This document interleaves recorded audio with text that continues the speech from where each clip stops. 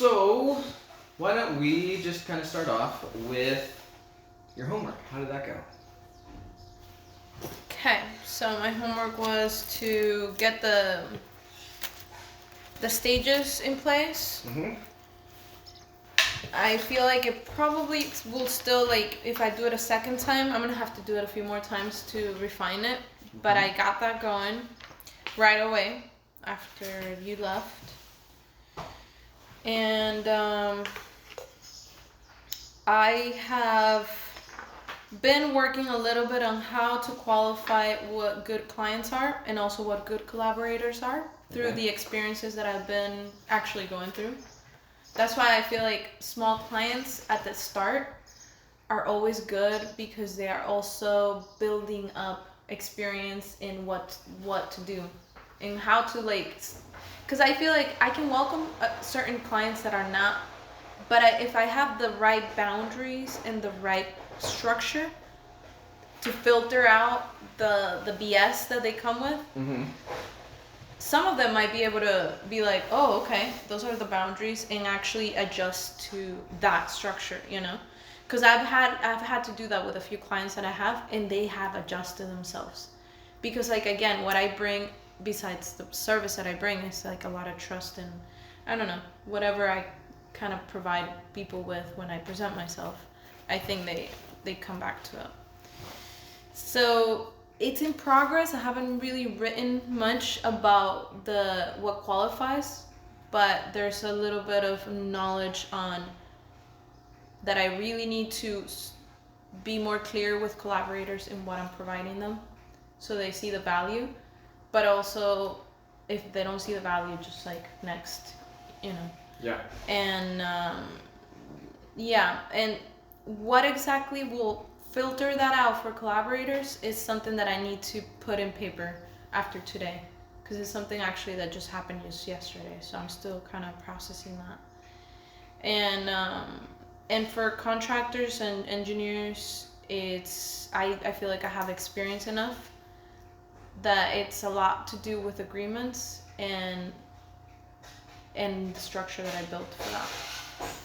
So that was part of the homework. Any questions on that? No. No? Okay. On one line offer, emotional, create urgency, burnout. So I've created a few posts in LinkedIn. Most of my things that I'm posting is in LinkedIn. I did create an engineer artist in social media and Facebook, and I started advertising a little bit. And the good thing about Facebook is that it allows you to choose audience that have engineering roles in work, job titles. So I chose like engineering job titles, architect, like all the job titles that have to do with this. In LinkedIn? In Facebook. Okay. To advertise, because LinkedIn does advertising, but it's more expensive. So I haven't wanted to advertise in LinkedIn yet. Okay. My advertising in LinkedIn is through posting and through actually direct contact, which I've been doing lots. So my one-liner, there's a few, there's a bunch. Okay, good. But so yeah, I can show you. I have it in, I have this spreadsheet where every time I have a new content, I put it in there. Okay. So I can just reuse it. And most of the time I change it a bit. It's a lot to do with what you mentioned here, burnout. Really saying that as like the main title, like there's no burnout is not about it's not personal, but it's also about our workflow. And that's like my main line, and then I say I have a platform that I provide services to reduce burnout and to increase better quality and workflow and blah blah blah. So the one-liner, it's at work. I have like a few models of the same thing, and I haven't worked on learning HubSpot yet because I've been too busy getting this going and working at the same time to make money, because I can't do just one. I have to make money, which is important. I really recommend never building something without also working. So I've been working and come up with customer's journey draft. Okay, so customer's journey draft. I have it. You let me know whenever you want to hear it. I want to hear it. I've got mine right here, so. Okay. Let's compare. Let's see. All right. I did it like right away. It might already have changed since then, but we'll see. So, step 1. Reaching out to reaching out. So the first outreach is me sending them this liner that I have, this one line of burnout and improving workflow, and letting them know what I'm here to do, and a link to fill out a form. Then I also have a few steps of follow-ups. If they kind of looked, they kind of said hello, they looked into my profile, then I send follow-ups. Okay. With a video. Okay. Bringing a face to the message and just saying hello, this is what I'm bringing. We don't need to burn out. Bringing possibility to have more ease at work, increasing our efficiency, blah, blah, blah. Here's a link to fill out the form. And that's it. Those are the steps for reach out. And then I have the second step is they fill out form, and I email or text or LinkedIn, depending, and I say thank you for your interest, and I leave them a link. I want to share, like I give a little bit more, like let me share with you how we can work, and let me learn about your projects, blah, blah, blah. Here's a link to book a call. In some cases, right now that I'm starting up, I'm giving them like, let me know when it's a good time. I can work tomorrow. I can talk. I have Monday or Friday available. So I'm kind of, instead of giving them a link, I'm kind of giving them directly, and then I send them Zoom link. So it's easier. So that's the second step. Third step is video call introduction. This is where I introduce myself, my offer, and purpose. And I ask them what do they need support with. I bring a little bit of reference from the form that they filled out, that I saw that you're looking for this, and that you need some support or this, and you have challenges with this, and I ask them more about it. So how's your communication system? Is it effective? How good are your plans? Are you trying to improve your plans, your drawings? How efficient are your drawings when they get on site? What is important for you? Do you value more quality or efficiency or speed? What is, and I go deeper. There's more questions that I have in the script separately. That's the third step. Fourth step is in the video call, I also have the tiers. This is where I started my tiers for pricing. I think I want to show them my pricing right away, but because I wasn't clear yet, I didn't show my client. Like I haven't done that with the people that I've interviewed. But that's a step that I have within step 3, is to show them a little bit of my base prices. Because it's base prices. Engineering really varies, so I'm just giving them, like, this is my base prices for drafting, this is my base price for fabrication drawings, and then for design, this is my base. Okay, then step 4 is send out scope of work forms for the people interested. So sending them a form explaining why the form is so important, briefly, shortly, like really short and sweet, and which I've already had introduced in the call, and then link to a page where they can go easily and click on. Hopefully, and then I'm sending out the scope of work form, but hopefully I can have a site, like a website or a funnel page where they can clearly see what they need to click on and pay initial. So I hope it eventually becomes more interactive. So step 4 is to be more techy eventually, so it's easier for them, and they can give an initial, not right away. They can send out the form, but eventually there needs to be more tech to it. So step 4 will be more techy. Step 5 is client fills out form, either project-based or ongoing services. And my steps are to review the client form, create an agreement, send out an agreement, and book a call if needed for them to clarify any scope of work. An agreement agreement will come with, quote, with a price. This is the price that you're agreeing to. Once they agree to the agreement and they sign digitally, I want to make it all digital.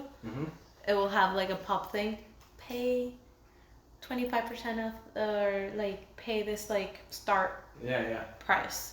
It won't be like a percentage of the anything. It would just be like a starting price, standard startup price, for us to be like, okay, this dude is serious.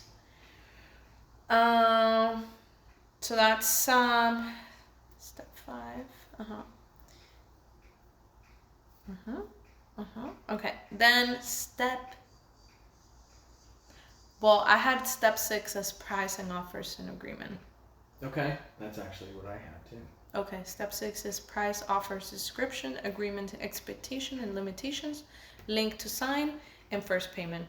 Which I said it from my head, but it was right there. Okay, and then step 7 is work process starts. So this is when we start working. And this has internal steps for me. Because that's in my project manager thing. This is when I'm like, I assign somebody, and that somebody gets started and stuff. For now, it's like me messaging 1 and 2 and 3 and who's ready and who wants it. So it's a mess. So I need to work on that workflow because it's a bit like for me. So the work process, the work starts. And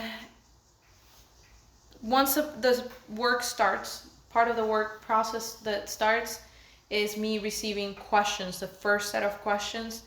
If it's a complex project, it's always going to have a first set of questions for clarifications, especially if it's a shop drawing process. So that's part of the first process, is sending out all the right questions. The step 7 is work starts, and we send the first set of questions if that's part of the process, if that's needed, to clarify everything, to make sure we have everything we need to start clearly and efficiently.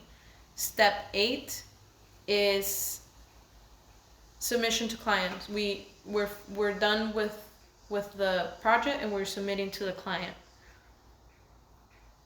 So this will give us a second payment, or the end payment, depending on what project it is. So if this is like the final submission, like we're submitting like the whole thing completed, then we get like the whole payment. If this is an ongoing thing that will require different sets of submissions, then we get the second payment. So this step 8 is submitting to client and also getting paid. Okay. And then step 9 is corrections completed, approved. Okay, so this is when the client sends us corrections back, we complete them, and it gets approved. The client is like happy with the project, with the plans, and he doesn't need any more corrections. He's okay with everything. Then we get final payment. If that's the case, the final payment, and then step 10 is sending thank you, sending a form to fill out, and what was their experience, what would they want to improve, what did they feel was challenging in working with us, what did they feel was really amazing, and give us a review of how they feel overall, and how they trust us, and how we worked, and blah blah blah, and give us a rating, and that's it. That's step 10. Okay. It's all done. Okay. Not bad. Pretty good. I mean, great. I mean, not bad as far as we have very, very similar things. So we've kind of stuck from that conversation. I think what I want to do here, I'm going to give you this form that I've created. And let's go over this. And you can make notes. I don't know if you've got your pen or anything like that. Yeah. Here, this is what I have got as far as customer journey. I'm going to pull it up here. Few things I'll just read this one for the video and just for the video, and then we can talk about anything specific that I think we have just different. So step 1 is called outreach. Description is just basically your messaging on LinkedIn or email with a value-based intro. You need your message templates. These are the documents that are for each step of these. Step 2 is the form submissions, because just as far as the intake form for what they're looking for. Do they qualify? Are they even like somebody initially that you're going to work with? Are they big enough? Do they have the same needs that you really need? Thank you for the appointment. And then, so this is just the very first. You said you had a intake form for them. So after that, you've got the thank you message, and then booking an actual appointment for your first deal, which in my mind, this is step 4, which is the initial Zoom call. I think this is where I envision a lot of this upfront work being done, is getting in here. And I think this right here, this step is going to take some time as far as figuring out exactly how this meeting's going to go, which I have some templates already drafted up. Mm-hmm. But really diving in here, and again, this is going to take a lot of repetition, which is okay. But just getting in here first and foremost, seeing if they are a customer you want to work with. Like going through, are they the size that you want? Do they have the type of projects you want? Are they organized enough? And then after that, there's kind of a second set of questions of trying to get all of the initial, as many details as you can up front before they have submitted any drawings or anything like that. But being like, okay, do you have any timelines? Actually, I could look at this. I'm not going to at the minute because we're going to jump into all of the messages after this. But what timelines do you have? What is your financial, how much money are you willing to spend on these projects? Do you have any special requests? What kind of, do you have formalized plans already, or are you just giving me sketches like this over here? Trying to just super front load and just being there and getting as much information as you can. And then after that, you can step away. So that was like step 4. Then step 5 is basically booking you send them the documents to submit all of the drawings, everything that they need before. So you're gonna have 2 Zoom calls. You got the first initial one, qualifying, figuring out what it is, then being like, okay, hey, I think we're a good fit. Let's dive in. You submit. I want to make sure I'm getting this right.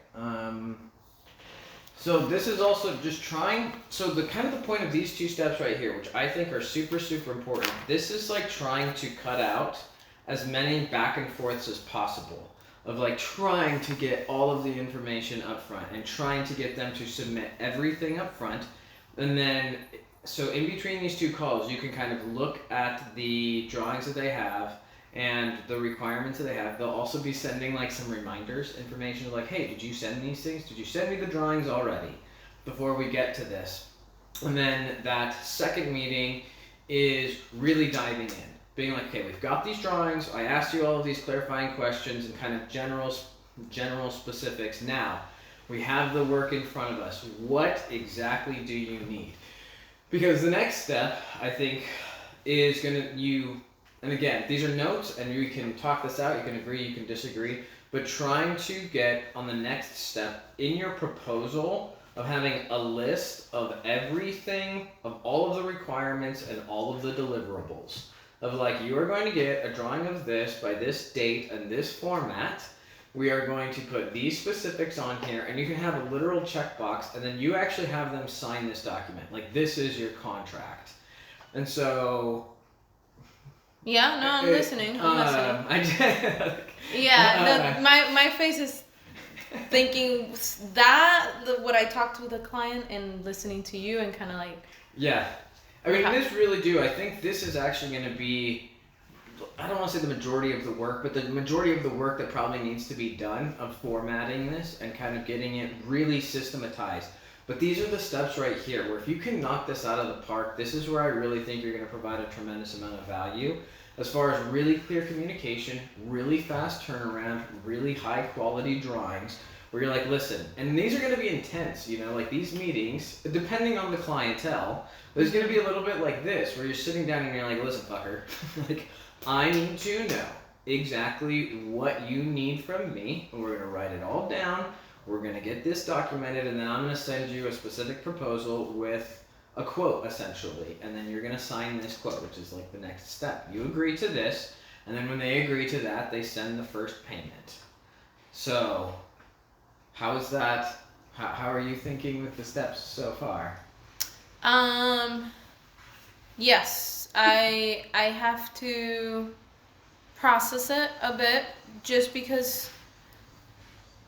No, I mean, it's perfect. I think I like the part that asking the questions, like really making sure that the questions that are being asked are narrowing down what they need and how long they need it would give me like so much. So that the questions are really valuable. Also getting them, getting everything up front. Now, the whole thing that they send me projects and things, a lot of these people are in the introduction call. They're calling me to see what's up and this. So I think it is a good approach what you're teaching me that I haven't felt, because in a way it can trigger them to actually move towards it instead of just wander around. I think in my Zoom call that I had with a client this week, he was trying to say that he need this, and then I don't know what got into me, and I started selling it to him, and then he was like, okay, and then he started offering me other stuff. So everybody is gonna be different, but I do think it could move things forward. I just have to see how it would be integrated to have them send me information right away. So yeah, and just to like clarify, they're gonna send you information after your first call. So like you're gonna have a Zoom call, you're gonna ask them a bunch of questions up front, and then you're gonna say, hey, I think we might be a good fit.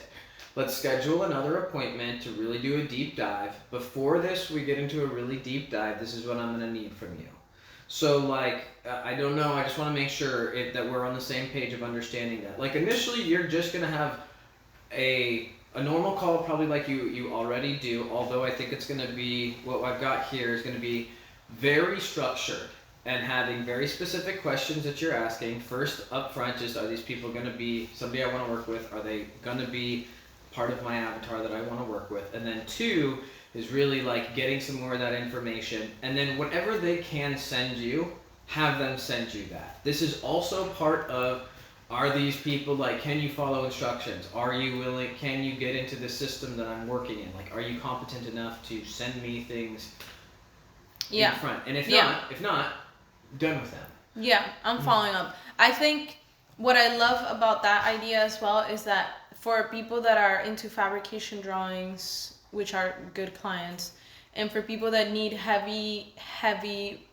technical detailing drawings or modeling, I think this is a good processing, because we really need to dive deep into it to really get clarity in how they want it and what they want, to get really like what are they expecting. So I do think it's a good step. I like it, and I can definitely integrate it. It will be like you said after the intro call, and I just have to be creative in how I bring it up for them because they're busy. But if I offer in that intro call, if I tell them exactly that this whole process, the value of this process is to get clear communication and clear of what they want and what they want, I think they will get into that call, that second call. Yeah. And learn. And a lot of this too is really trying to target in on, in this last conversation that we had, you were really talking about clear communication. And I really do think, from my perspective, that is something that can make you way more valuable than just a normal drafter is like, hey, my processes make this very, very clear, which makes this very, very quick turnaround and very high quality. But I do think that these steps right here, your initial conversation, the form submission, and then your second in-depth deep dive, and then writing everything out, but that's kind of just more for your ass as far as like, these are the exact deliverables. I do personally think these are the steps that you're going to really show a lot more value than other people. And again, I actually do think like this is not going to be easy. Like this is really kind of the money maker, and also finding the people that value this, which I think is going to allow you to get to some higher ticket clients. The people that are like, no, especially people that are like, hey, no, I need this done in a relatively short timeline or something like that. It's like, great, we can do that. But just understand, this might take a few hours up front to get this figured out. And then you don't have to talk to me again. So, let's run through the last little steps. They're pretty much the same. And then I want to jump into the messaging as far as this. So, you've got that deep dive, which is stage number 5, the deep dive. And then 6 is sending them the actual proposal with the estimates, the deliverables. And this actually says in here, like, when you sign this is a contract. So, like, when we deliver this, and then you'll have some sort of link of, like, and we need, I think, again, this can be changed, but I think at least, well, I put down a 50% down payment. Depends on how many steps you're going to get, but this is also somebody, like, if you can show the value right up front, and you're like, oh, she's on top of her shit. It's like, listen, we want to move forward. This is great. I don't pick up my pen until you've paid. Like, you gotta pay something to tell me you're serious, and then later down, contract, and then you execute the project. This is also where I would be a little bit different than your process. When you send them, when you're completed, you send them a sample, and you say, you don't give them the drawings. You say, they're done, like we have checked everything off here. When you give me the final payment, we will deliver these things, but you don't pay. You don't give them until they pay. I do that as well. I send them a screen capture. When they zoom out, it gets blurry. And it says not construct, like something. So those are just those things, and you just get everything systematized. Then from there, then the final delivery, you get the feedback, and then the last stage here is repeat clients and offers. So with that, any questions, any thoughts? I don't want to move on too forward. No. Or too fast? No. Okay. That's good. Okay.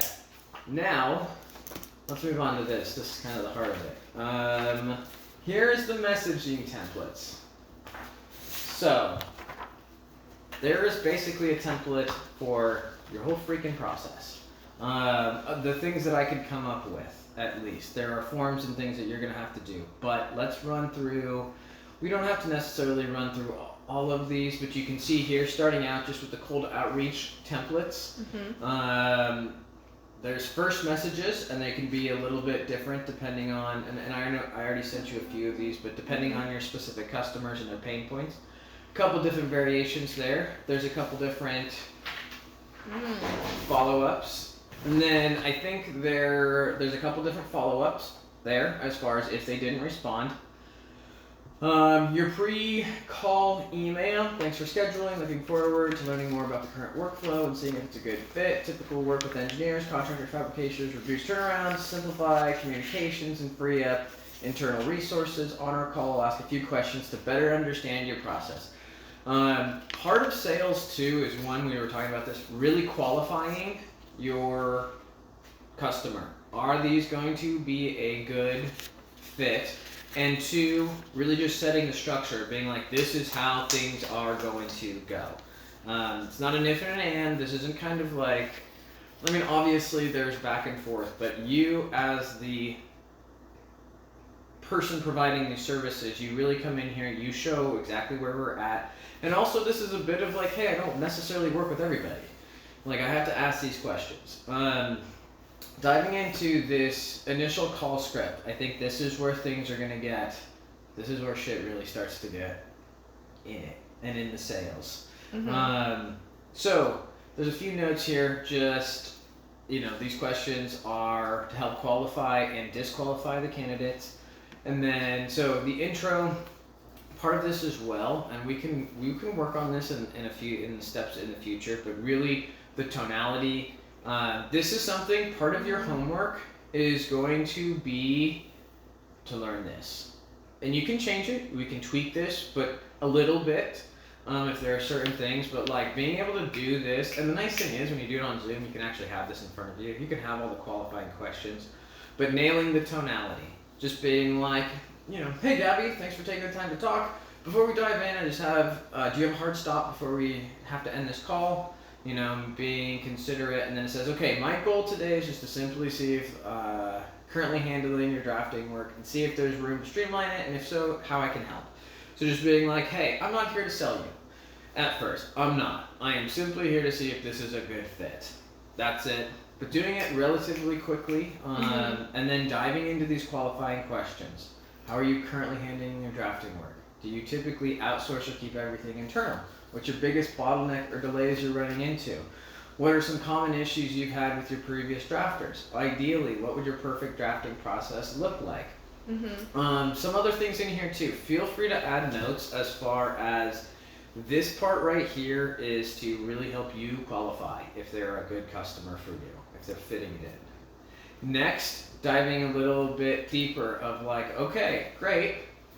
You don't suck. We can move forward. Now it's like, okay, how often do you need drawings done? Because part of this too, we'll talk about your avatar. I really do think you should target repeat customers. Yeah. I mean, obviously, that's just, you only have to sell them once. Once they figure out your system, you don't have to continue to do these initial calls. You can just upload things. You can have more of these conversations. But this just also helps you understand, you know, okay, if you do have a bunch of work done, maybe I don't charge you as much the first time, you know, this, that, the other. Do you have finalized plans, or are they still in development? Are you going to give me a sketch like what you were just showing me? Or do you have already drawings and you just need something more simplistic built? Are there deadlines that we need to work around? What's the purpose of these drawings? Do they permit fabrication, approval? What files do you need delivered? What will I be working from sketches or creating from scratch? We review the approval and drawing on who will review and give the approval of the drawings on your end. Again, these were just some ideas that I came up with. You're going to be the one that really kind of has to iron these out as far as really figuring out the questions. And this part right here, this part of the sales process, this is going to be the part that's going to really evolve a lot the more that you do this with people. And then, okay, I've asked all these questions. Got it. Based on what you shared, sounds like you're trying to get these drawings done and you're running into issues on a timeline. Well, that's exactly where I can be able to help you with, I can help you. I focus on clean, timely drawings, minimal back and forth. Most customers tell me the biggest difference is how I make the smooth communication. Imagine you don't have to chase revisions, worry about missed call deadlines, just get in what you need, blah, blah, blah, blah, blah. I don't need to go through all of this, and I haven't read all that in depth. So based on what you're dealing with, I feel like we're going to be a really good fit. If you like, I can send you over a proposal and an outline of how we would handle the next jobs and the steps that we would take. Does that sound helpful? And so, I mean, this really is selling at this point. You're like, hey, do you want to go through with this? And then you know, and really you can see here, this is a page. This doesn't have to be super in depth, you know. This is the initial qualifications of trying to get, okay, where the hell are you at? What is the scope of this work?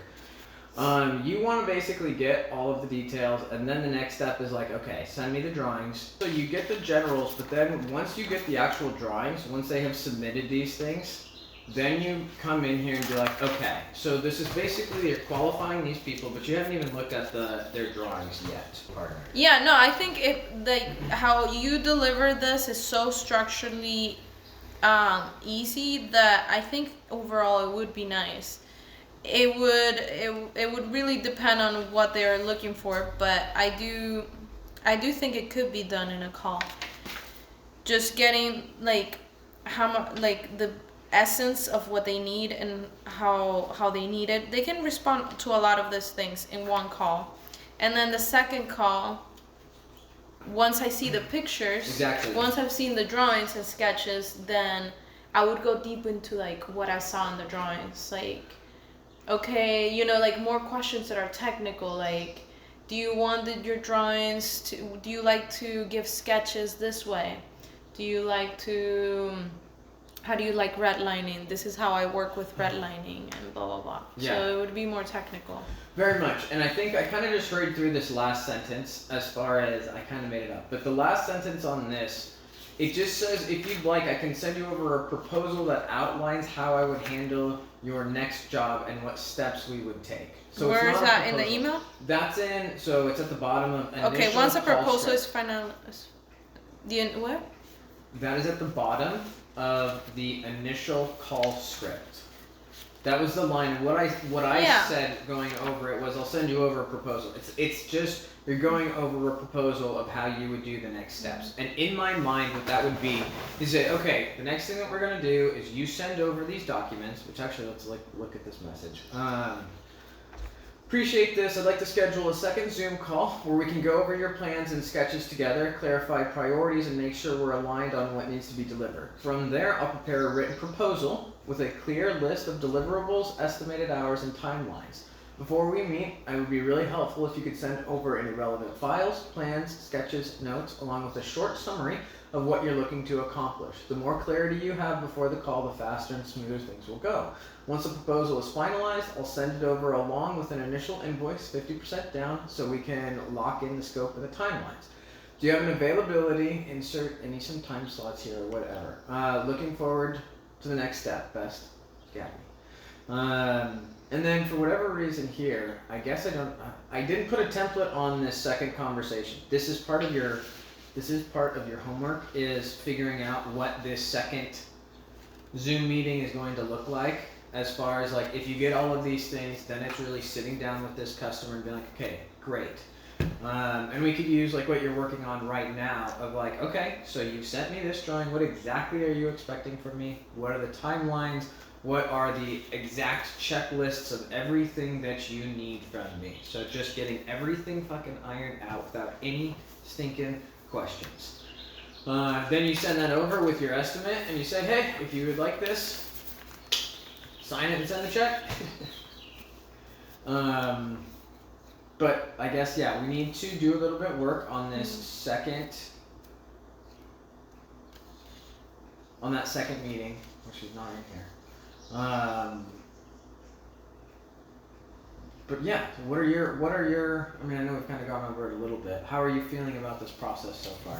Good. I'm trying to fit with like the recent client that I had an interview with, and he sort of told me what he wanted. I didn't go really in depth into questions. I mean, I asked him as much as I could, but for some reason I didn't ask too much of some of the questions that I could have. But I wonder if I can. I told him I would send him a message summarizing what he shared, what he told me, and then letting him know what areas I can support him with, and pricing. But I wonder if I should do this follow-up message where I'm asking him for more information, and I would have to be a little bit tailored for him since I didn't give him such a thorough.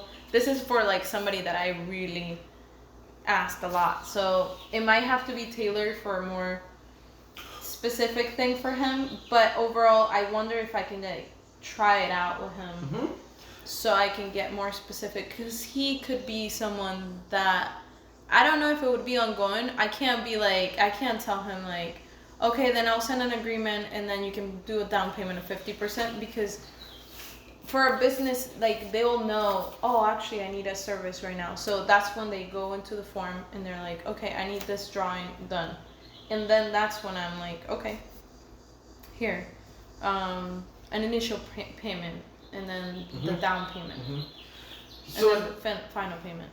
So let's just talk a little bit about the client that you have right now. Like this guy, whoever you're talking about. What you can do, and again, just remember, sales is all about numbers. You don't have to hold on to one client. You know, if you I know it's a possibility.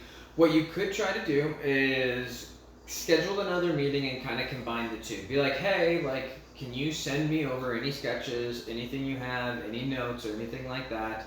You get him back on the phone. You can ask him some of those questions in the initial thing that you didn't do, and then you just move on to this next step. And again, part of it too, I would just very much encourage you, and again, take what you can get at the time being, but like if this is somebody who can't or is unwilling to pay something up front, it might not be somebody you want to work with.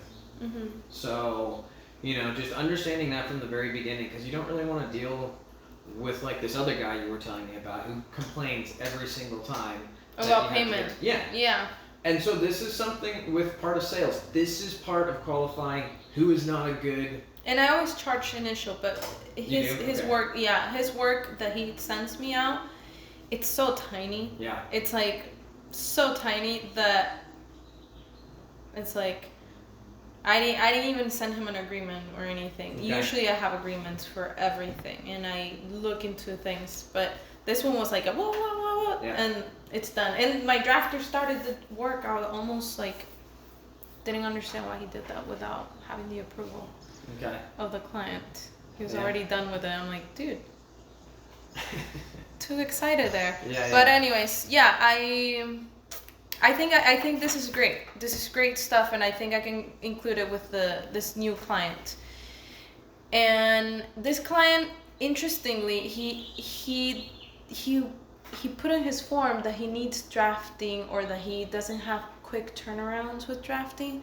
But in the interview, he said he has people doing drafting, and that he doesn't need drafting. So he kind of gave me a lot of design stuff, which is not something that I'm confident about making money with, which is what I talked about with the engineer friend that I have. So right now I'm really coming into the sense of like really putting aside design for now, because I don't have people that can really deliver me good design and also an income or appreciation for what I'm doing. So if I don't have that right now, I'm going to put it aside. So I'm going to really try to use this client as a practice point of really convincing him that I can give him really good designs. And also he did ask for grading plans, which is one type of design. I mean, it's one type of drafting that it's heavy engineering. So what I would say on that point right there, I would be a little bit cautious of that last statement. Which one? Of convincing him that I can do design. I think that's... No. Convincing him that I can do his drafting, like rerouting him. Because he rerouted me to design at the end in the call. The whole call was about design. And because I don't want to say no until I was like, I'm writing everything down and I will gather up my team and see what we can deliver you. So I did go and I did convince him about drafting. I told him, hey, I don't only offer drafting. I offer like a clean workflow, which is more efficient and all this stuff, and good communication where you're not back and forth, you're not. So I kind of did give him a little bit of that where he was like, but he gave me everything. He's like, I'm going to unload everything that I need help on. And then you tell me. So then I just took notes on everything, and AI Fathom took notes for me too.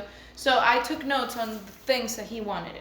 Okay. And then I started looking into it. Okay. Because that's what I'm doing right now. I'm kind of sensing, what I can do. But I realize right now the designing might not be a thing. So I'm going to reroute him. Like I'm going to redirect him into drafting. Like, why am I good? Why you should rethink. That I can do your Revit design, like drawings, not design. And completely cancel out the design portion that he gave me for now. I'll let him know. I'm going to tell him if I ever have the right team for that, I'm going to get you the right team. But for now, I don't. Okay, perfect. Yeah, I misunderstood. I thought you were saying, Yeah. Okay, good, great. And this is also part of, the process of understanding, like, hey, okay, this is like getting into the questions. What do you need from me? Oh, design. Oh, well, I don't do design. Or I don't do this, or I don't do that. And being like, okay, well, this isn't going to be a great fit right now. Like, I appreciate the call. If you ever need anything, if you ever need drafting or anything like that for future clients, not necessarily this one, but that's kind of the beauty of having these structures and having these questions figured out and really qualifying your candidate. Because part of this too, hopefully with this plan that we've also got here, you're going to be prospecting a lot of people. And so just having faith that more people will come if this person doesn't fit exactly what you're looking for. Yeah. So, okay. Okay, so that's the kind of the crux of it. And we do have some things here. Yeah, I do have it here. Part of your homework is basically really diving into this second Zoom meeting and figuring out, I can't help that much on this. I mean, I can help tell you how to organize some things, but really diving in and being like, okay, what am I going to need to do to sit down to try to get every bit of information I need from these people in 2 meetings, which I can only imagine this is not probably a very simple task. But that's why you can make the big bucks if you can get this dialed in. Okay, then the next one is just the post-payment feedback and referrals.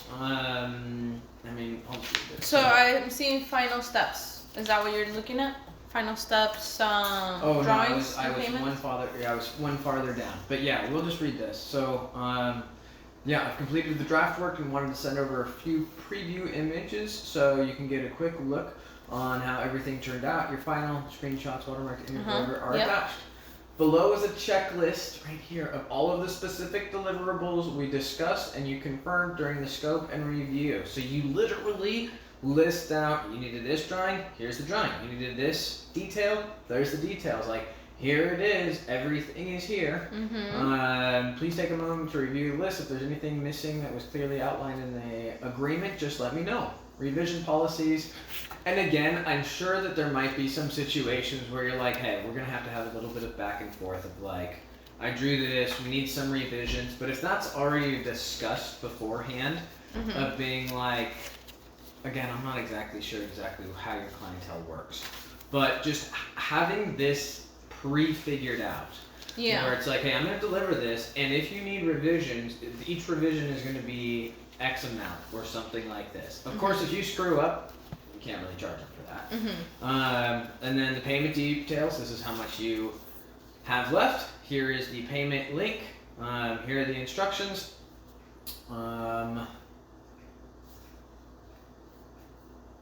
Beautiful. Yeah. Send a message when you've paid me. I will deliver them promptly. Thank you again for the opportunity. Project came together well, and it's been a pleasure working with you. Best, Gabby.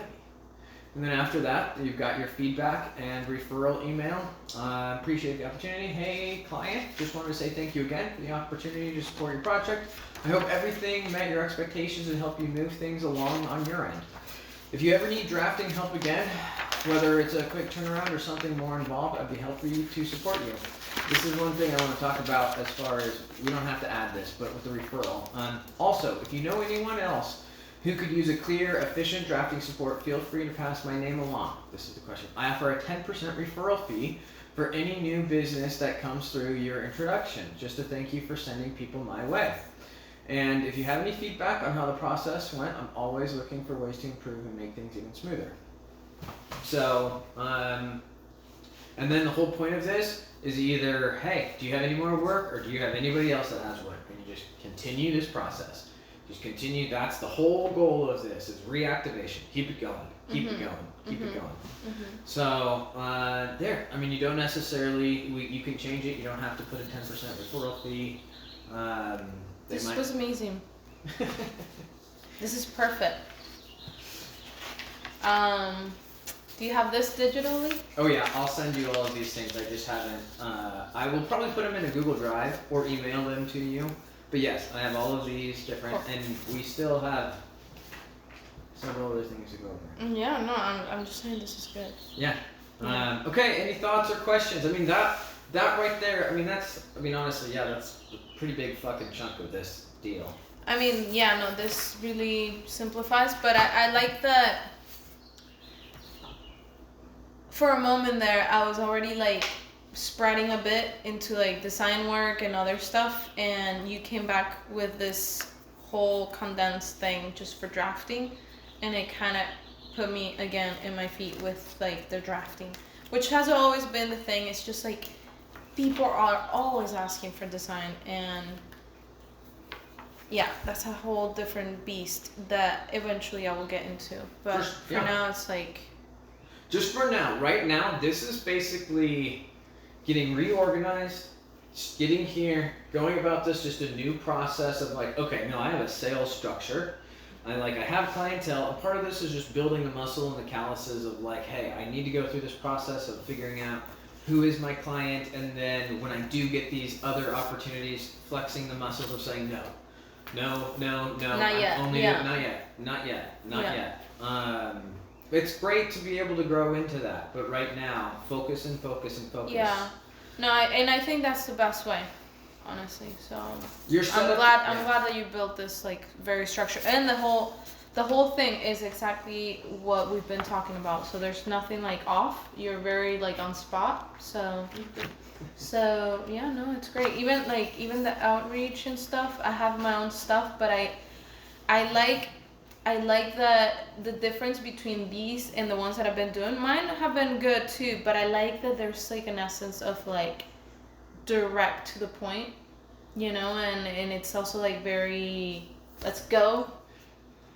It's kind of nice. Yeah. That's kind of the part when you said, "Oh, I don't want to be salesy."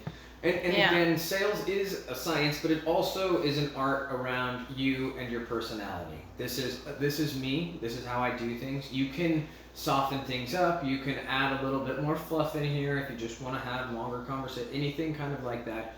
But the whole process of this, sales is about controlling the conversation. Is getting in here as efficiently as possible, being like, hey, welcome to my world. Like, this is how I do things. I am not here to... Like at first, I think a lot of people in sales are like, my job is to come in here and please you. It's like, no, it's not. My job is to get in here and to see if what I have to offer fits what you have. And if it is, we'll move on from here. And if it's not, that's totally fine. No hard feelings, not at all. Most people aren't going to fit, but I need to get rid of you. I need to move on as fast as possible. I think one of the best lines I've heard in sales is, a salesperson is a professional sifter. They're just going through, they're not trying to change no's into yeses. It just is a matter of like, hey, this is what I have to offer. Are you interested? And you might get, oh no, I need design. You're like, okay, I don't do that. Next. Okay, no, I don't do that. That's great. Awesome. Good luck. I don't do that. Do you know anybody else that needs my services? Next. Oh, okay. Now I can move on to the next stage.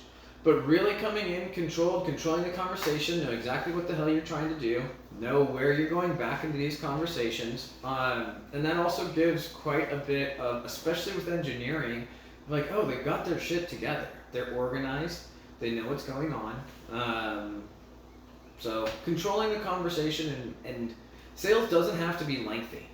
Especially not these first, the length of your conversations, like that second Zoom call where you dive in, that can be as lengthy as you freaking need. That I would expect with some of these clients, that might be several hours of just like beating it up and really like, no, okay, getting back and forth. Okay, is this what you need? Do you need what, this? Okay, we have synthesized this down into something. But you're basically done with the sales process by then. Or you're in the sales process at that point. That's part of, you've already got them there. Hopefully you have qualified them beforehand, that people will appreciate that type of in-depth communication, because you're like, listen, this is the only conversation we're going to need to have. Have this with me one time. I'll know what you need from here on out. We'll get this shit done. I'll be your rock star. But it's kind of the goal of what I'm trying to accomplish here with this sales process, is really just controlling it. And making your time efficient and putting your blinders on. So here are objections. You don't necessarily have to go through all of these, but the more and more that you do this, you're going to get some objections. Being able to have pretty good responses for them is a good idea. Because again, this is the same thing as far as just being organized, having your shit together, and like some of them I would just imagine, especially there's one of them, Where is it? Can you just give me a flat rate? Can you just give me the price? Just give me the price. No, I can't give you the freaking price. I can't give you, and I don't even remember exactly what's here. Side note, so you'll see in here it says straight line response. This is from a book called From Jordan Belford, which the movie The Wolf of Wall Street is based on. He is not a morally good person to, he's done some sketchy things as far as sales and he's gotten in a lot of trouble, but he is one of the most amazing salespeople ever. And he has something, if you have time, I would recommend reading his book called The Way of the Wolf, which is where I got most of this. It's one book on just very, very focused sales practices, and what he has is called the straight line method. And it is basically, we have gone through this. We have created your straight line. It doesn't have to be that involved, but you already know the processes of which you want to go through. You've got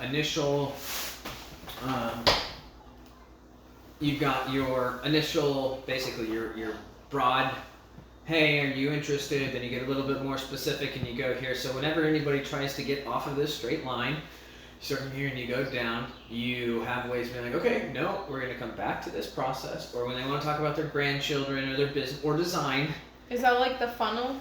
The way I did it is kind of like a funnel, but it is, you can kind of look at it like a funnel, more of a process of like, because it kind of is like a funnel, but imagine that the very center of the funnel are like the questions that kick you in and out.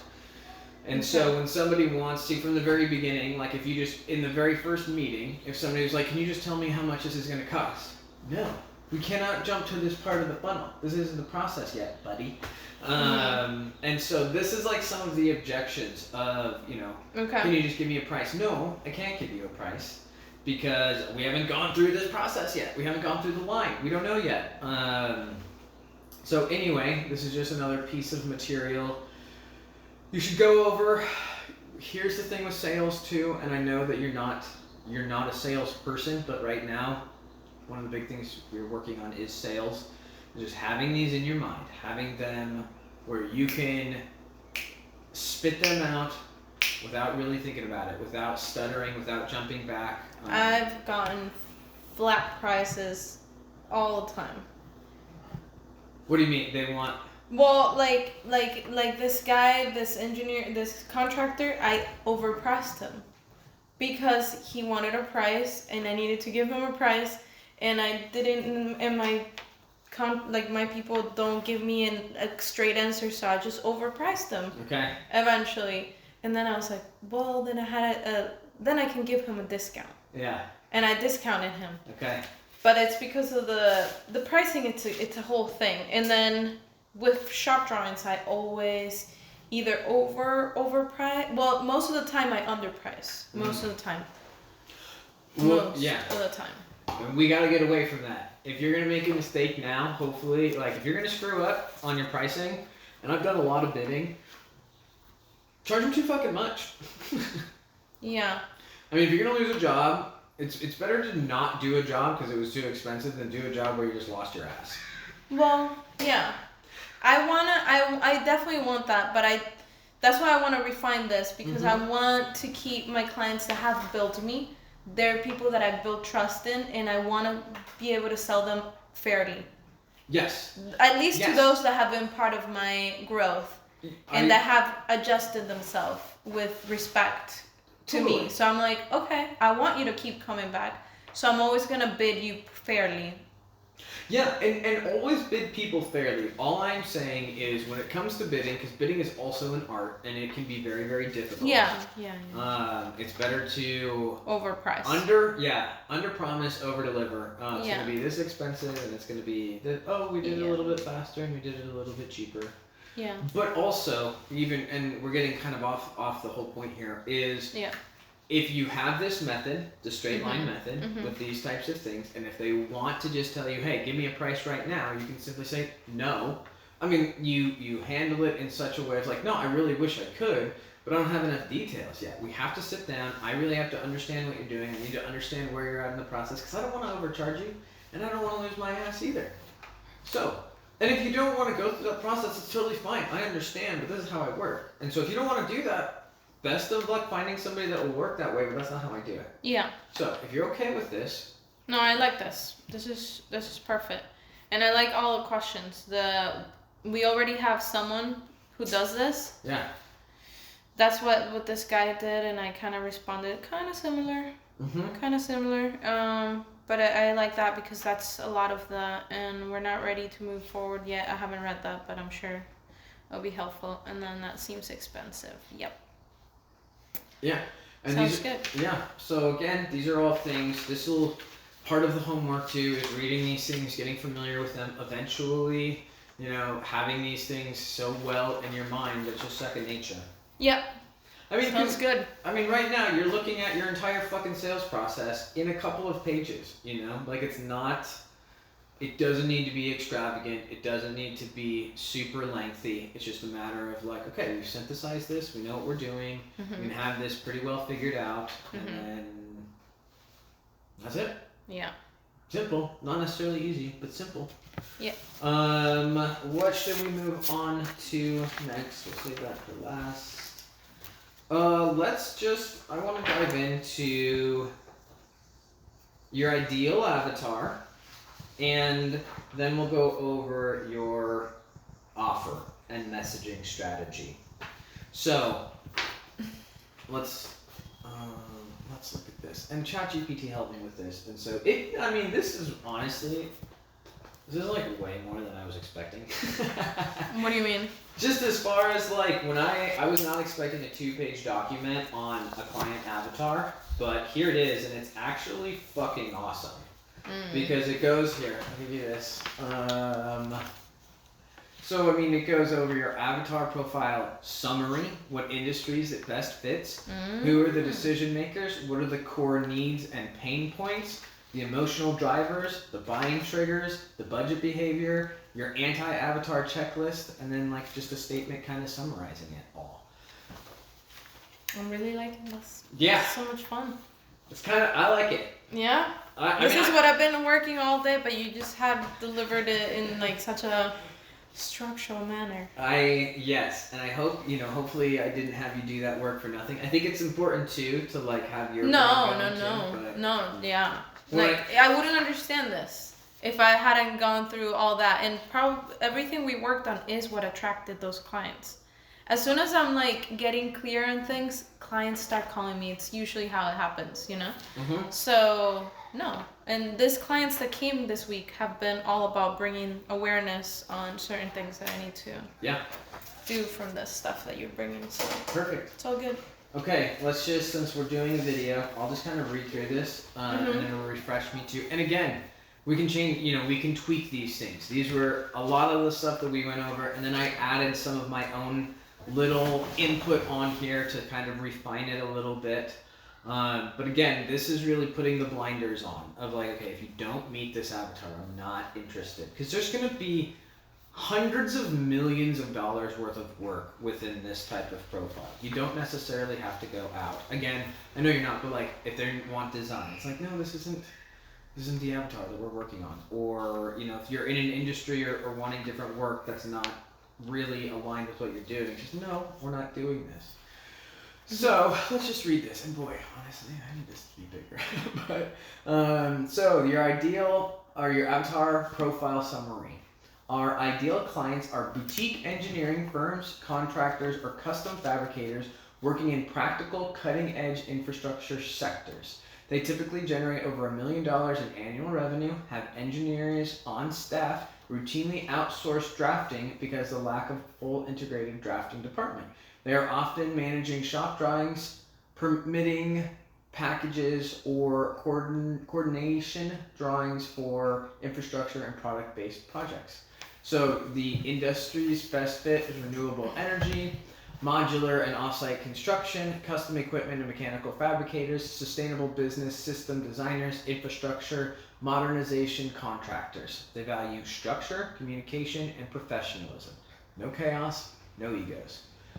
So the decision-making profile, the ideal point of contact in this person's responsible for sourcing drafting support. This may be business owner in smaller firms, a lead project manager, a technical operations coordinator, or engineering with hiring power. What matters most is that they have the authority to approve the scope and release payments. So that's one of those questions too, of like who, in your qualification questions, is like who's actually in charge of making the decisions and okaying these things. So getting that figured out. Core needs and pain points. These clients are busy, detail-oriented professionals who want to avoid repetitive conversations and back and forth emails. Work with someone who communicates clearly, early, and often, knows exactly what will be delivered and will not, hits internal and external deadlines without chasing their vendors, protects their time and mental bandwidth so they can focus on design, engineering, and client experience. They often turn to freelance drafting support because their internal team is overloaded. They do not want to hire full-time drafters or previous vendor caused problems or delay. Their emotional drivers, peace of mind from having drafting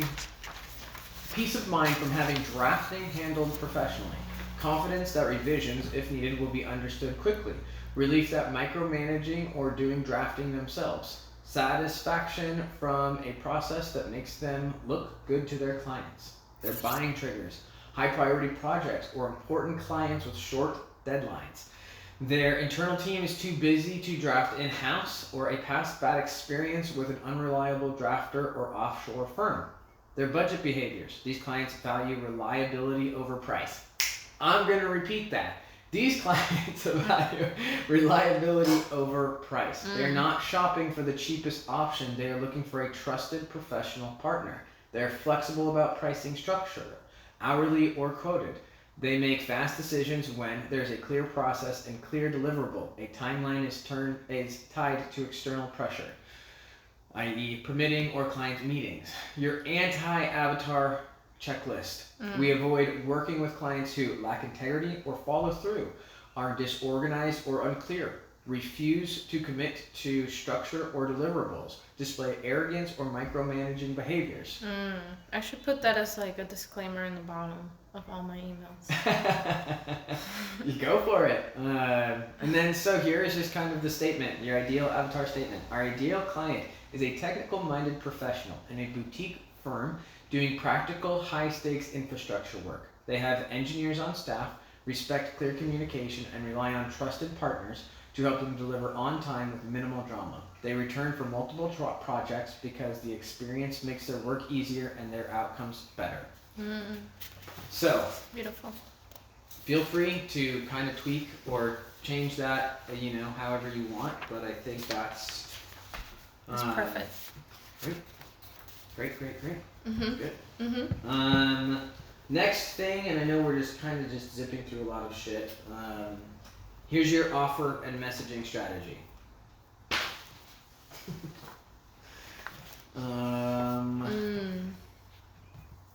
Okay. So, we're just gonna read this whole thing because it helps me remember too. And it's good for the content. Overview. This document refines and formalizes a core offer for, you know what, I gotta make this bigger. I can't hardly read this. Okay, there we go.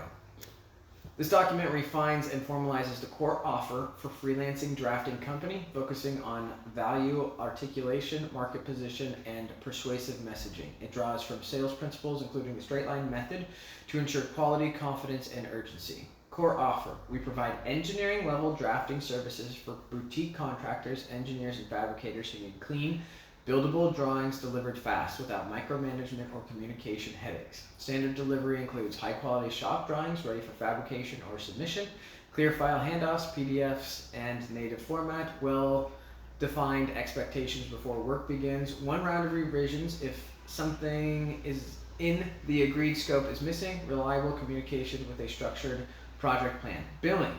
I know we can talk about this. I know. $150 an hour, typically between $1,000 and $10,000 per project, depending on scope and complexity. Your audience-specific one-liners. This is for engineers. We take drafting off your engineer's plate so they can focus on the high-value work that drives their business. For contractors or fabricators, we deliver clean, buildable shop drawings and reduce rework, speed up approval, and keep projects moving. And then just for universal or general pitch, if you're tired of fixing drafts, we deliver engineering level clarity the first time, no hand-holding required. So, your value stack. Primary benefits, peace of mind, clarity on process and deliverables, no back and forth or redundant conversations, fast turnaround and structured workflow. Efficiency bonus. Same point of contact throughout the entire project. Document checklist before each scope call to prevent delays. Phase-based quoting to eliminate scope creep. Optional add-ons. Permit-ready drawing sets, markup cleanups, or digital overlays. Priority scheduling or rush services. Your urgency triggers. Limited project slots per month to preserve quality. Preference given to repeat clients or fast responding prospects. Industry deadlines, inspections, submittal windows often demand immediate action. Your confidence building statements. If delivered or missed from agreed scope, we fix it free of charge. We receive a scope and deliverable checklist before committing to ensuring alignment. I think that right there is going to be so freaking valuable, of just being like, this is exactly what you can expect, check by check. We pride ourselves on delivering quality that speaks for itself without hand-holding. Positioning summary. We are not gig drafting services. We are reliable partners for forms that value clarity, structure, and proactive approach. We're here to make your business move faster with fewer delays and fewer revisions. Next step. Add this offer summary to outreach messaging, proposals, documents, your website copy. Use one-liners for opening hooks, emails, LinkedIn intro calls. Reference the value stack to guarantee when quoting or handling objections. All right, that was pretty freaking in depth. Yeah, no, it's good. Questions, thoughts? That was quite a bit there. Oh yeah, so the billing. Oh yeah. So usually like 1,000 to 10,000 a month. I mean per project. No, it's like you put a plus. Like when I increased to 75 per hour, not even 150 per hour, and a lot of these projects takes like 5 weeks of work. Okay. So it's like I'm gonna say just 400 hours, which is my last project. Okay. I calculated 40 hours, and I charged times 40 per hour, which was $16,000. Okay. Right? Yeah. And this was per 40. I gave a discount to my client to be 35 per hour because he's a client that was really mad at me. And anyway, so if I've been thinking about increasing it to 75. So I was like, okay, 4 times 400, $30,000. These people are gonna be like, fuck you, you know. Because I like them, I'm probably gonna increase to 50 times 400. That's already 20,000. That's okay. A little bit better for them. For most people, I'm thinking about the size of the project, because when it's a small project, I can do more economical. Like this guy that calls me in, he's an ornamental shop like fabricator. So they don't make that much. So I can't charge him that much in that sense. And the projects are easy, handrails and like silly things. So I charge him 45 the hour. But right now I charge him 75 per hour because he wanted it quick. So it's okay. And I upcharged them and I gave him a discount, so I charged him 65. Okay. But anyways, yeah, so 150 is a bit crazy. It's a bit crazy, but it can be done if it's a small thing. I can charge 150 per hour, and if it's complex like machinery, if it's like industrial, for sure 150. I don't care. It's gonna be 50,000. It doesn't matter, but it has to, because it's gonna be like a lot of reviews, a lot of checks. So I mean, yeah, I have to look into those prices. For sure. But yeah. Great. No. And this is great. This is good feedback.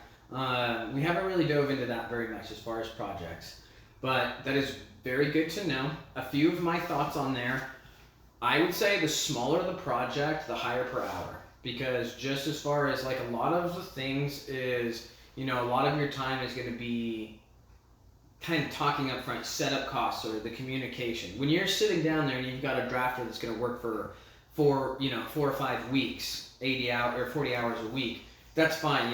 Your kind of initial costs are really spread out. But so that's just one of my opinions on there is like the smaller the job, the higher per hour.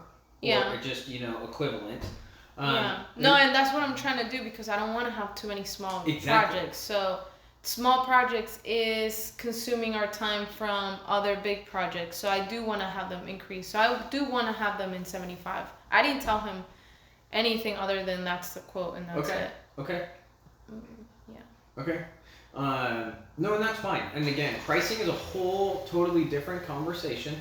and it sounds like you are, would really encourage you, charge more. Because, thinking about this from all of the work that you're doing up front, all of this communication, all this shit you're doing right now, one, it creates value, but two, it's taking your time that you are not able to bill. These several hours that we're working right here, like you don't get to throw that into the bill. It's already kind of built in. You've already done this work. Yeah. Two, the more efficient you get, the more you can charge. Yeah. Because, if you only have 2 conversations as opposed to 5, 6, 7 conversations about these things, you're like, great. First of all, there's not as much time. The project should cost the same. And secondly, I'm getting this done more efficient. I'm creating a higher quality, less irritation for you, so I get paid more. And if 150, again, that's fine. The other thing too, like if you say there are certain clients or certain jobs that you can get $150 per hour, I would only prospect those clients. Yeah. Yeah, no, I think like the big fabricators that I've been aiming for, they would pay 75 and more, depending on how much I can offer them. So I think starting with them and depending also, like I can't go lower than 100 in some cases if it's a huge structure, because that 100 is going to come with, there's going to be things missed for sure. It's just a very detailed drawing that we have to go off by, and it's so easy to miss something. So if the whole thing of like we'll correct or we revise anything that it's missing can be like weeks of revisions, so I have to include that as a possibility. So for sure, any big building will have to be expensive. Okay. And so this can be another thing too, as far as like your avatar or anything like that. I would really just encourage you, again, kind of the smaller of the scope of the people that you can prospect, the better. It just makes it a little bit easier to find them as well. It makes it easier to focus on where to look. But I would just, where we're at right now, where you're at in your business and what we're trying to accomplish is, we're trying to make you as much money as possible. So if there are certain clients and certain projects that you can charge a lot more, this could be part of your qualification process of like, these are the jobs that we do. This is because we charge this much, and we don't take other stuff. Like we don't take things that you can only pay $75 or $50 an hour for. So, I think for this type of high-end clients, I need NDAs in place. I need my contracts in place, the digital contracts that I'm going to work on this week. And then the remaining is have the team for it, which I feel confident that I have a good starting team for it.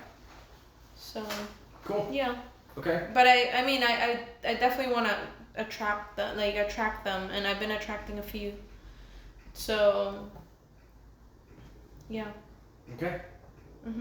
Okay, we've only got a few more documents to go through. Okay. This one here is just, and this is a little bit out of order, but I think this is the next. We need to kind of just knock it out. This is just a pre-Zoom call checklist. So this is like for your. I just want to remind myself exactly what this is for. I think this is for right before your initial call. No, maybe this is your. Well, we'll have to look through it. This is just basically a list of all of kind of the things to go through, to remember. Do you have the plans, the blueprints? Do they make notes? Do they give you a project overview? Do they give you examples? Is there any... Well, anyway, you could just look at it. This is just kind of a checklist to think about that you can use before meetings. That goes over that. And then, okay, this one here. Here is a prospecting plan. So. Prospecting plan. Yes. And again. We can, we can tweak things, obviously, but... How to use your ideal avatar to find... Okay. So this is just basically everything put together in a plan. And how many people you should be expecting to reach out to, where you're at. I don't think it's a ton. I think it should be enough. At least to keep things going and hopefully not overwhelm you. I know that you're doing other things. The goal that I put out here is to get 3 to 5 more well-paying repeat customers. Okay, for the prospecting plans? Yes, that is the goal, is to get 5 more customers. And if you can get customers that are paying you 10 to 20 grand per every few months, like, you're going to be sitting pretty fucking pretty. Yeah.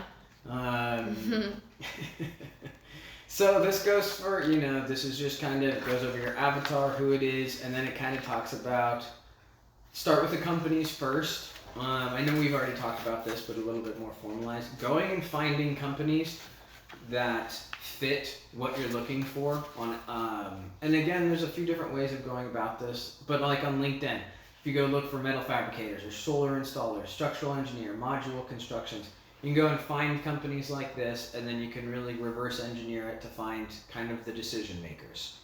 So you're not just blanketly looking through that. Prioritizing companies with 5 to 50 employees.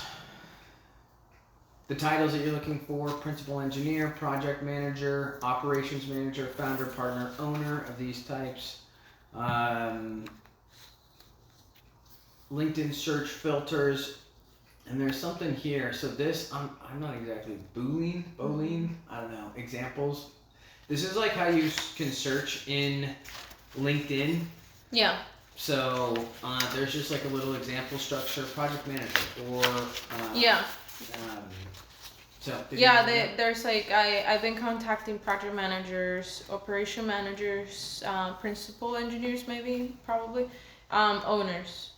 Yep. Although owners sometimes don't pay attention, and so I kind of like filter a little bit through picture and through what I see in them, what I feel from them, from their LinkedIn behavior. But yeah, okay.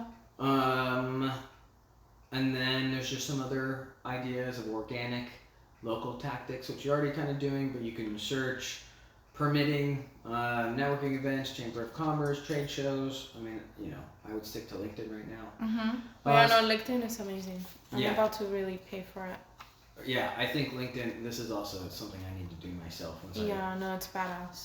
This is the thing, I think it's very, very underutilized. Like, this is an entire fucking network.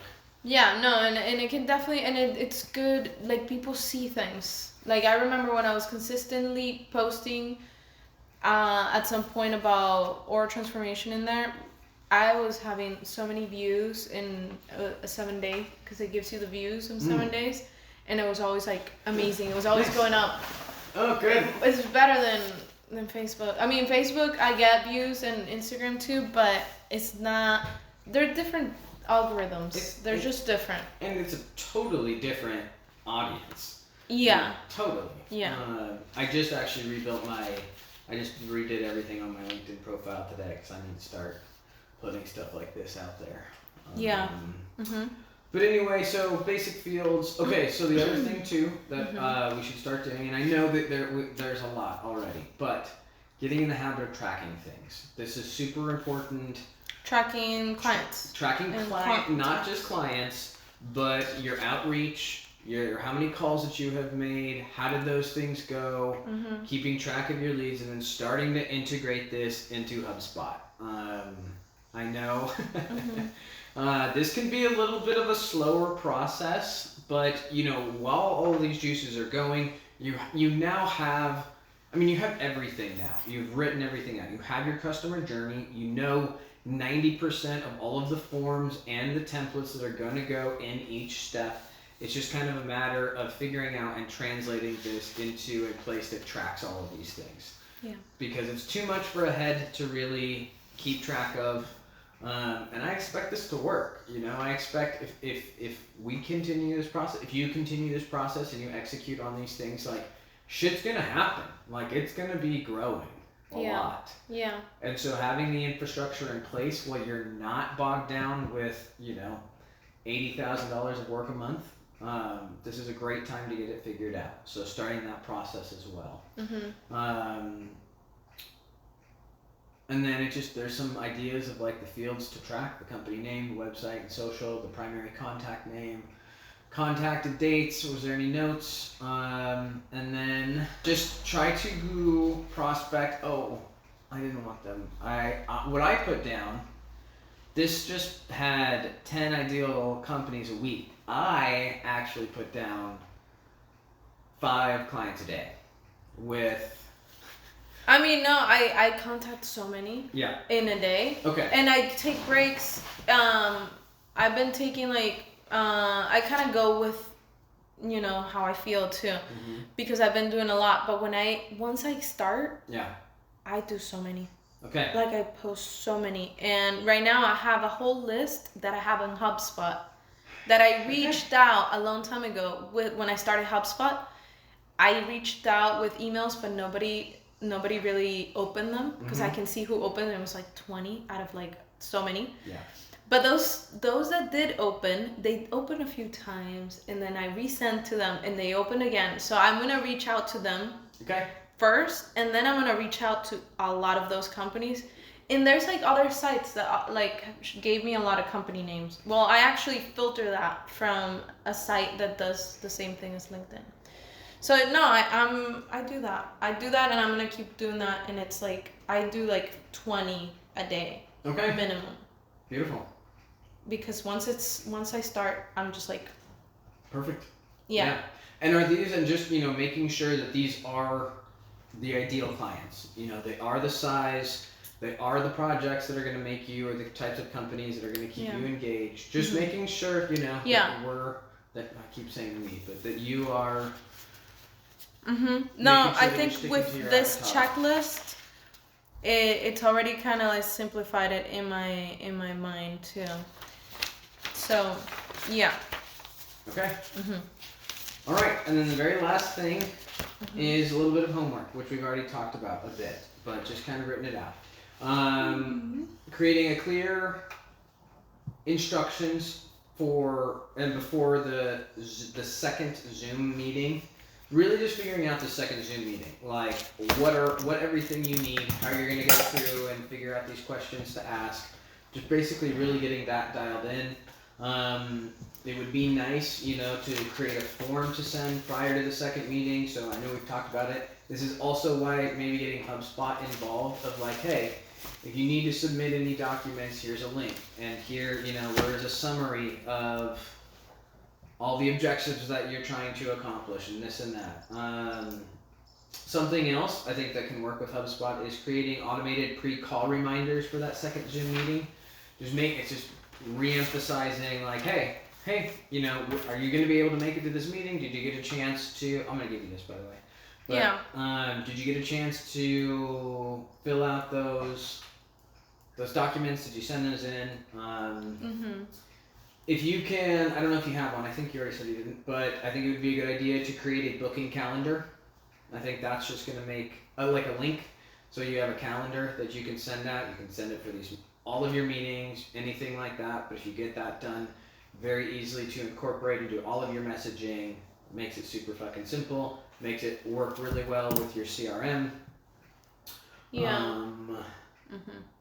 And then again, this is for like the proposal email, coming up with a template for what you are going to send to them. So like the breakdown of each phases, the discovery, the drafting, the revision, a checklist of agreed upon deliverables, estimated hours, totals, what kind of payment terms that you want, and then incorporating HubSpot, and then practicing your scripts.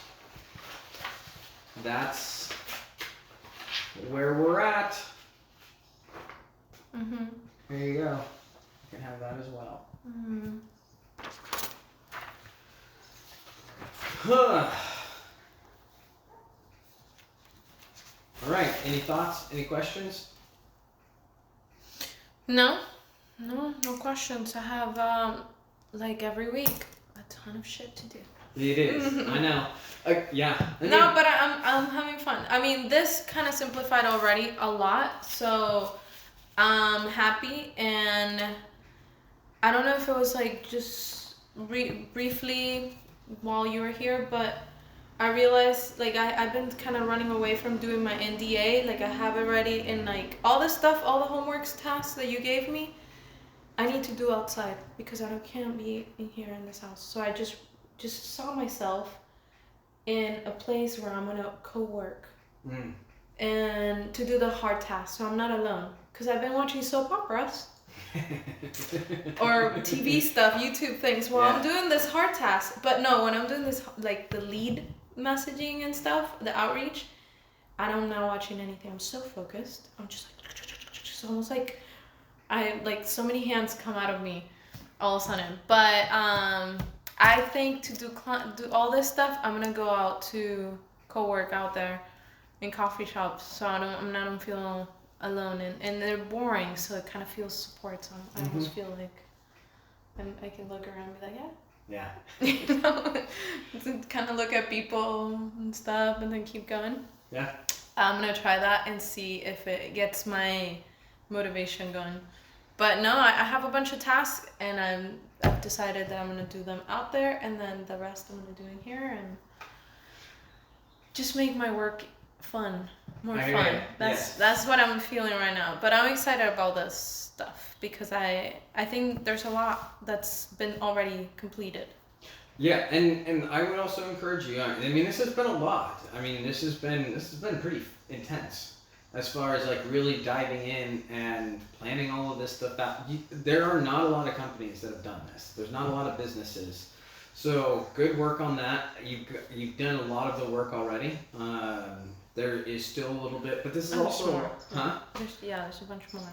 There's some more. I mean, I think you've already done. I think our first meeting we really tackled the big stuff. Now we're getting into kind of the more finer details. There's not a heck of a lot on that list. I mean, there's like figuring out HubSpot's going to be a continuous thing that you can do. Yeah. But like, I mean, you only have a couple templates to come up with. Starting to learn the Scripps, which is going to be an ongoing process. You don't have to have these things memorized. Starting to track things. So they're all like just, okay, I'm just going to start incorporating them in here. But also just really understand too, like this is a bunch of upfront work where you're building the infrastructure and then it's built. And then you come and tweak it a little bit. But I mean, you have so much figured out. You have your offer, you have your avatar, you have your sales script, you have your follow-up, you have your messages, you have your objections. I mean, you've got a lot of it already figured out. So yeah, and I've been going through the pricing a lot, and there's been a lot of work done. Yeah, so you're there. I mean, you're doing it. Good job, good work. Yeah, and thank you. Yeah this was a ton. and I think you do this pretty easily. I enjoy it. It was a lot of. I mean, it's fun to draw it out. It was not necessarily hard. It was a bit of work. I've never. And again, though, I was also figuring this out myself. You know, I've never done this for somebody before. As far as is it easier though to do it for somebody than doing it for yourself? Because I think we overthink more when it's about ourselves. Because there's so many ideas that come in and stuff. So this is the first time I've done all of these things pretty much but not necessarily in like one, like, okay, because the way we did it was basically one meeting, and then I sat down basically for a few, several hours yesterday, and then some more this morning, but just knocking it all out was, it was pretty intense. I don't want to say it was necessarily difficult.